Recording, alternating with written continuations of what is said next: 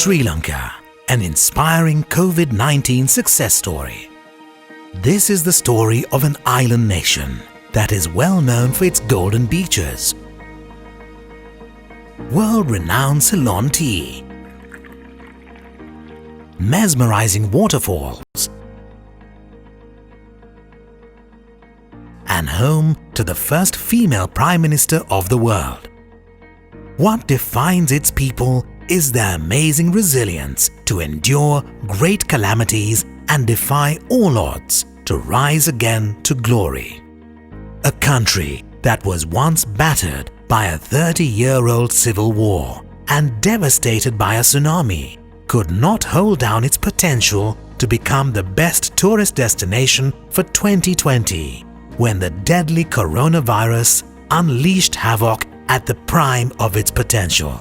Now that we have heard all the things that Sri Lanka is famous for, it's time to understand the secret recipe behind the COVID success story of this island nation. Sri Lanka has had only 91 cases per 1 million population, 11 COVID-19 deaths, and absolutely no cases in the community for over 2 months since 30th April 2020. It went from this to this and came back to this. All of this took place while maintaining one of the most impressive disease mitigation records globally. This is the story of how we did it, with a GDP for health of only 3.81% and a population of 21 million. So, how was Sri Lanka so successful in its containment of the pandemic?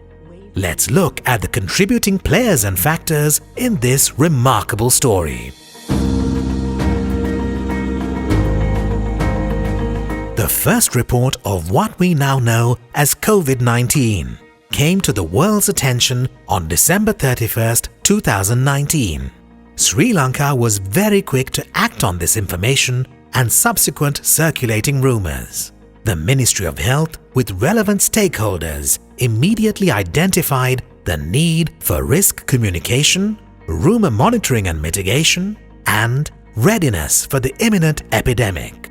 The Influenza Steering Committee, where global health issues are discussed, organized by the Epidemiology Unit of the Health Ministry, along with the Health Promotion Bureau, discussed the ongoing epidemic and preparedness plan on the 9th of January 2020. A presidential task force was speedily appointed during the last week of January 2020, with multi-sectorial involvement and stakeholders identified at all levels.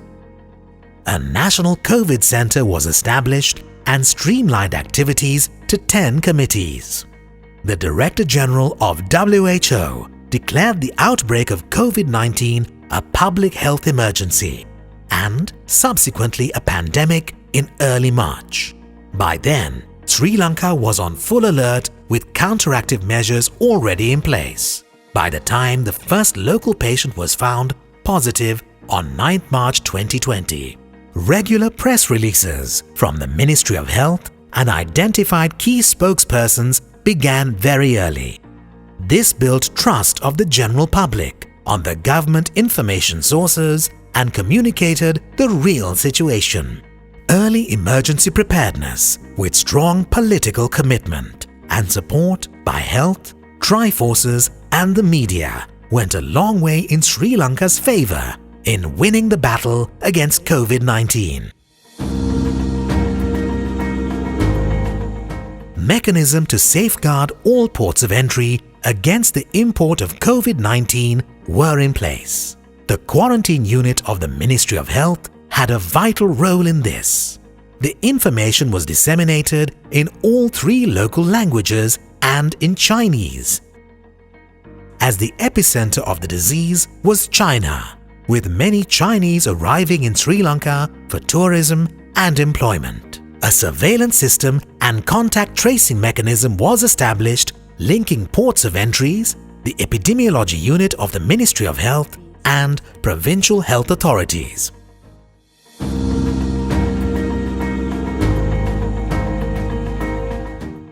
Grassroots level public health staff worked around the clock with quarantine and contact tracing.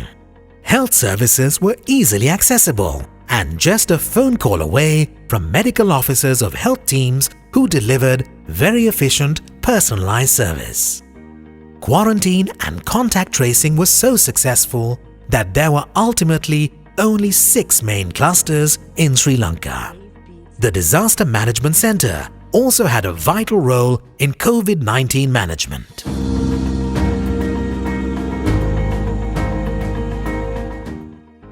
A very strong quarantine and contact tracing mechanism was a prime factor in our success story. Travelers arriving from high-risk countries were quarantined on arrival in special centers for 2 weeks, while home quarantine was allowed for other arrivals. But as the epidemic reached pandemic heights, with borders closing globally, all arrivals were immediately taken to special quarantine centers. Services were provided completely free of charge to those in quarantine centers, with gratifying hospitality and humanity shown. The numbers of quarantine centers and persons quarantined increased, with momentum being kept up by health staff and Triforces.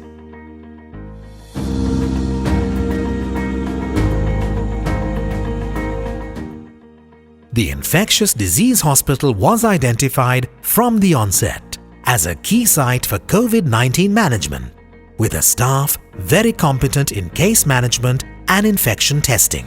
Hospital staff also communicated over media the necessity of the general public staying at home. 16 other hospitals were also initially identified for COVID management and strengthened rapidly with speedy expansion of the hospital network. Hospitals from each district were in early readiness to prevent overwhelming of the health system, even before the first local COVID case was reported in Sri Lanka. Triage for fever patients was done at hospitals in all districts.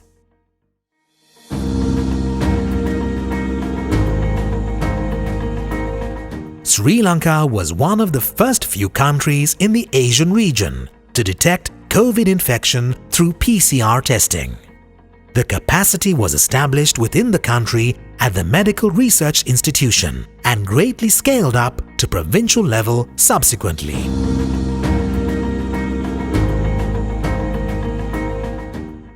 Free ambulance services were available throughout the country for anyone reporting COVID-19 related symptoms.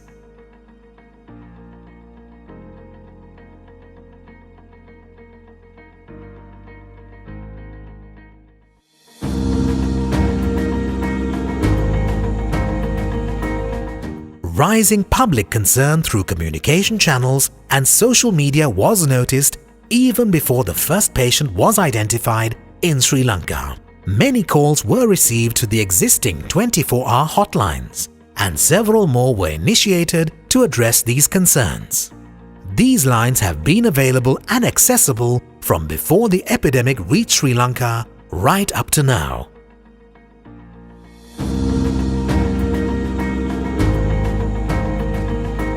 Massive media support was vital to information flow, destigmatization, and myth-busting, with time worth millions of rupees for advertisements to control and prevent COVID-19 donated generously.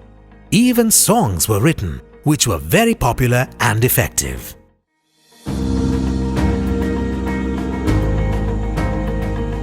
COVID-19 prevention behaviors became widespread, with workplaces and the general public being immensely supportive.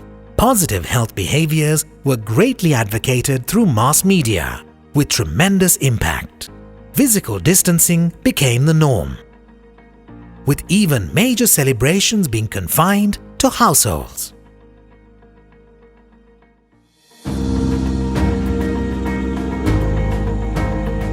Further aided adoption of good practices with an evidence base. Support and aid were obtained from the World Health Organization, UNICEF, the Government of Australia, the United States Department of Defense, the the Embassy of the Republic of Korea in Sri Lanka, etc. The Ministry of Foreign Relations got on board with the other sectors at the initial stage in self-facing this multifaceted challenge. The Foreign Ministry took the direct responsibility to look after the welfare of the overseas Sri Lankans and establish links with the relevant foreign embassies. The ministry has been looking into the needs of the diplomatic and expatriate community residing in and visiting Sri Lanka.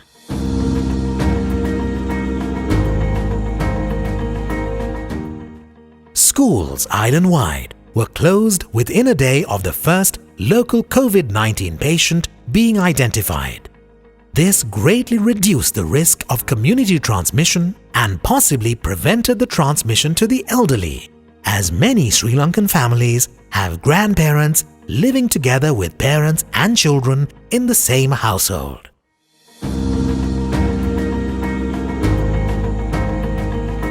Work from home was encouraged across all sectors, with flexible working hours, rosters, and minimum staff. The government rapidly mandated work from home. Mobile door-to-door delivery of essential services such as food, medicine, and even banking commenced. Postal services were utilized for door-to-door delivery of prescription medicine from government hospitals and online orders from pharmacies. Prescriptions and clinic books were used as curfew passes for access to essential health services and medicines. Pensions were delivered to the elderly, or they were permitted to visit banks on designated days to obtain pensions. Supermarket and grocery chains immediately came on board with online and door-to-door services.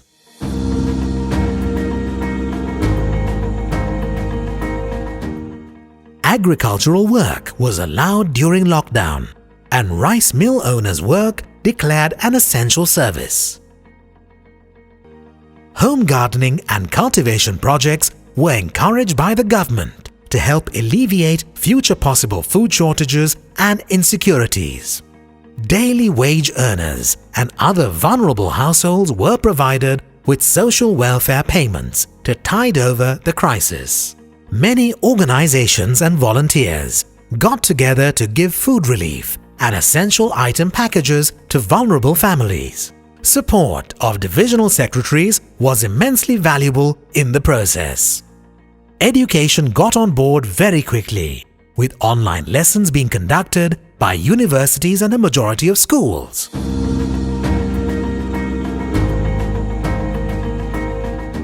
Provision of PPE and other protective measures which were dire needs was supported innovatively by the general public. The most powerful force of all the people of Sri Lanka was the biggest asset that changed the tide on this pandemic. There are vulnerable people with limited reserves for survival, but they never fought over the supply of essential commodities. There is no better testimony of the hospitality of the islanders than the thank you notes and videos of the tourists who were stranded in Sri Lanka due to the rapid closure of borders in their home countries. They showed the world that humanity will prevail even in the absence of financial incentives, and sets an example of rising above materialistic gain in a time of global crisis. So, we may say that our remarkable journey to success was founded on free health, free education, high literacy, a strong public health system, a supportive government, and of course, our renowned hospitality.